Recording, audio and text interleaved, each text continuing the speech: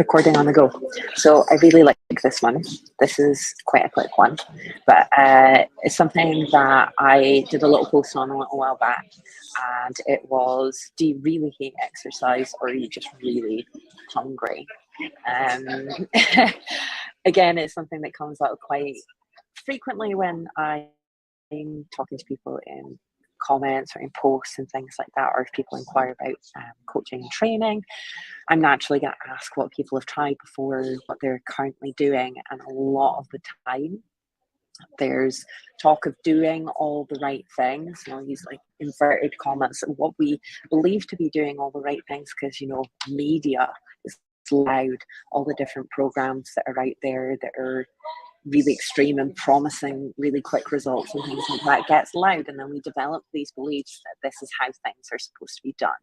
So if you're hitting like 1,200, 1,300 calorie diets, and also expecting to hit classes and things like that 5 times a week, like that's, I'm not surprised that you hate exercise. So I think if you're looking to have any kind of lasting change, you really have to be willing to basically challenge everything. Be willing to challenge everything that you think you know about exercise, fitness, identity, all these different things that have arms and legs and of themselves.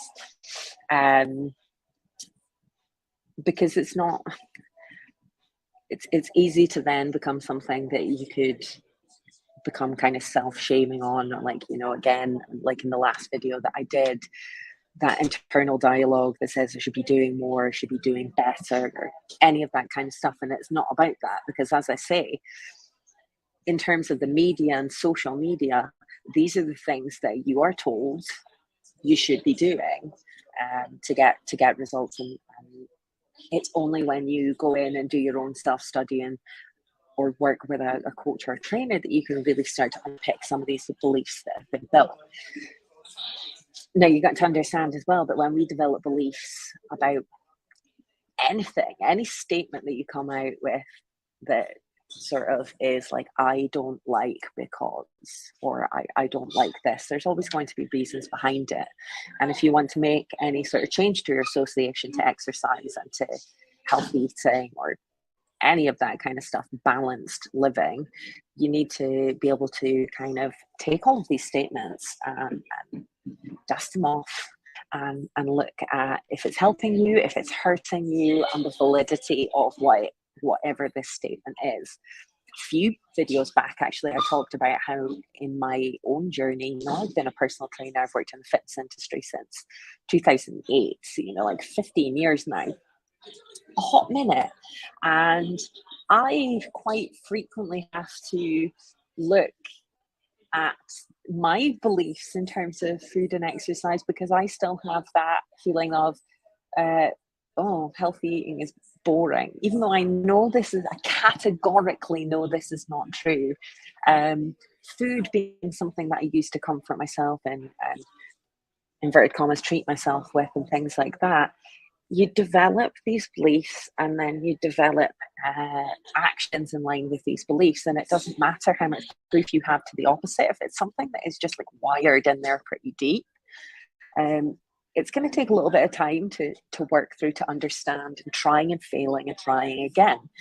But the most powerful thing that you can really do with all of this is making sure that you move from a place of self-compassion and self-understanding.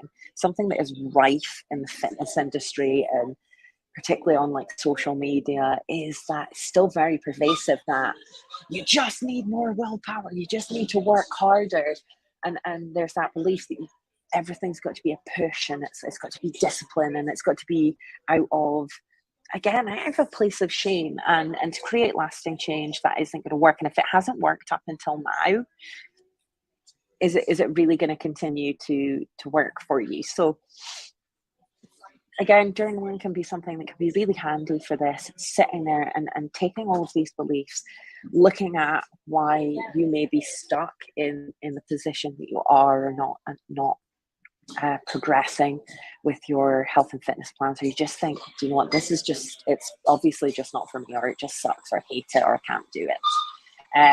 Think about what you really want to do, the way that you really want to approach it.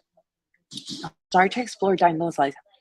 How could you approach it in a different way? How could you approach it in a way that you're going to enjoy it? How are you going to approach it in such a way that you can create new beliefs and new associations to building a lifestyle that supports you? Very low calorie diets are generally not the way to do it. If it's something that you can't sustain over a long period of time, if it's not something that you can have as a lifestyle, then it's not going to be something that when you come to the end of whatever said plan, a lot of the time it's that, what do I do now?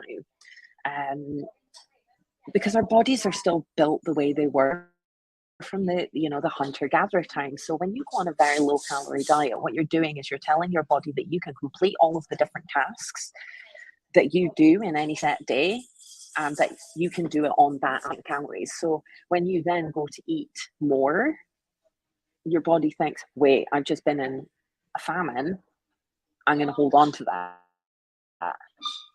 and I know that I can work on the lower amount.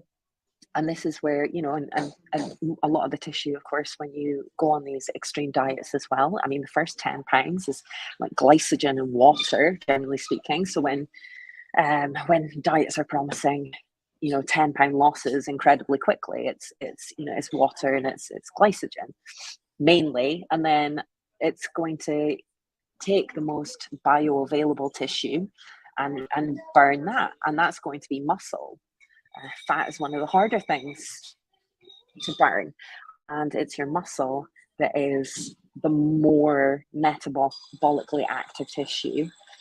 It uses calories to keep contracting and moving and things like that. So that's the tissue that you don't want to be losing. That's the tissue that's going to help you to keep on burning. So what you really want to do then is think about, how can you eat in such a way that you can support your body to show up to your workouts and your everyday living in such a way that it's going to keep on moving to adapt to support you to do that. Because it's said that if you start dieting at 18, on average, you are 1.5 stone heavier at 30 than that starting weight at 18.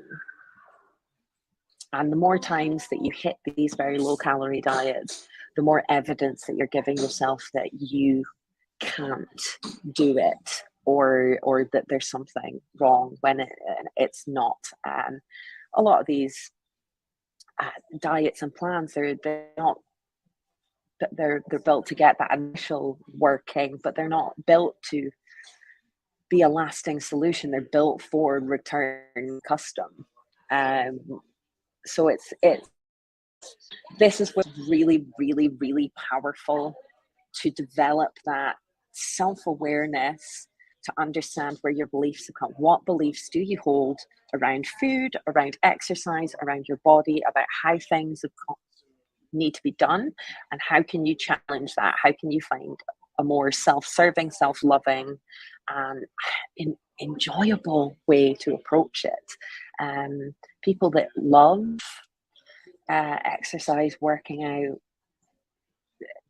I'm not going to say everyone, but a lot of us, it's because we've found some kind of joy from it. I know with me, it's been, a lot of the time I'm thinking about what exercise has done for me. It makes me feel stronger, particularly in times of adversity where life has really shat on me and I felt like I'm weak or powerless or can't do things, and then I'll just go and hit like a run or a lift or a workout and be like, oh, wait a minute, actually, you're a fucking badass.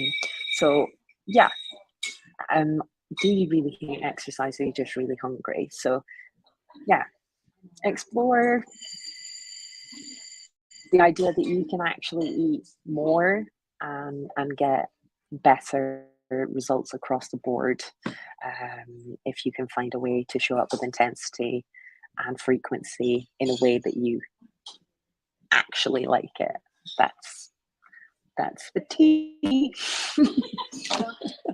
If you do have any questions or any comments or anything, just pop them in the box and I will be in touch.